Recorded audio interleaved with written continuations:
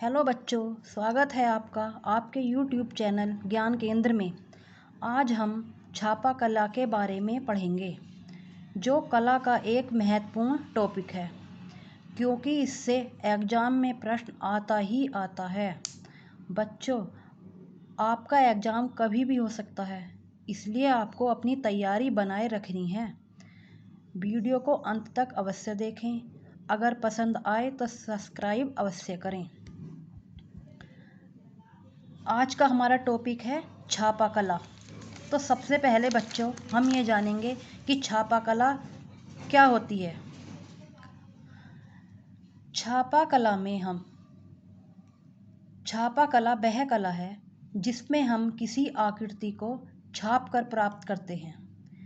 इसमें हम स्याही की सहायता से आकृति प्राप्त करते हैं। छापा कला कई प्रकार की होती है। इसके विभिन्न प्रकार हैं छापा कला के, जैसे रिलीफ प्रिंटिंग या उभार सतह। रिलीफ प्रिंटिंग को ही उभार सतह भी कहते हैं। नंबर 2, इंटेग्लियो या अंतः सतह मुद्रण। नंबर 3, प्लेनोग्राफी या समतल सतह मुद्रण। नंबर 4, स्क्रीन प्रिंटिंग या सेरोग्राफी। तो सबसे पहले हम रिलीफ प्रिंटिंग के बारे में जानेंगे। रिलीफ प्रिंटिंग क्या होती है? रिलीफ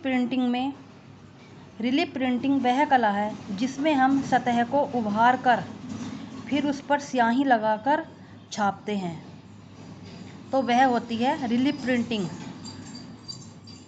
रिलीफ प्रिंटिंग के कई प्रकार हैं, जैसे लिनोकट, वुडकट, ब्लॉक प्रिंटिंग। ये रिलीफ प्रिंटिंग के प्रकार हैं। इनके बारे में हम विस्तार से अगली वीडियो में पढ़ेंगे। अब आती है इंटेग्लियो या अंतः सतह मुद्रण।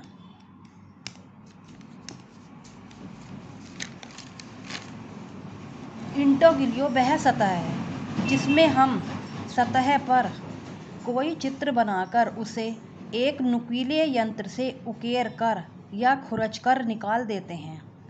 फिर उस पर स्याही पोत देते हैं, जिसमें स्याही उकेरे हुए भाग में भर जाती है। फिर बाकी स्याही को पोंछकर निकाल दिया जाता है और मशीनों की सहायता से दबाव डालकर प्रिंट प्राप्त किया जाता है। इंटेग्लियो के कई प्रकार हैं, जैसे ड्राई पॉइंट, इंग्रेविंग, मैन्योटिंट, बांटिंग, एचिंग। अब आता है प्लेनोग्राफी। प्लेनोग्राफी या समतल सतह मुद्रण। यह छापा कला समतल सतह पर होती है, जैसे किताबों के चित्र।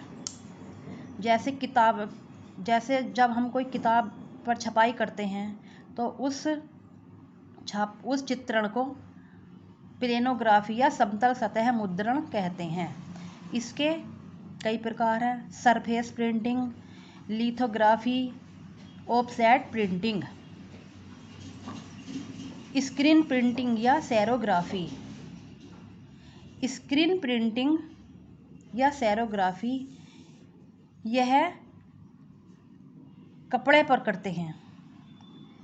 इसके 2 प्रकार होते हैं, silk screen printing, stencil printing. बच्चों, यह टॉपिक आपके लिए बहुत इम्पोर्टेंट है, इसलिए आप इस टॉपिक को ध्यान से पढ़ें। यह सारणी हमने आपके लिए बनाई है, जिससे आपको पढ़ने में और समझने में आसानी हो। धन्यवाद।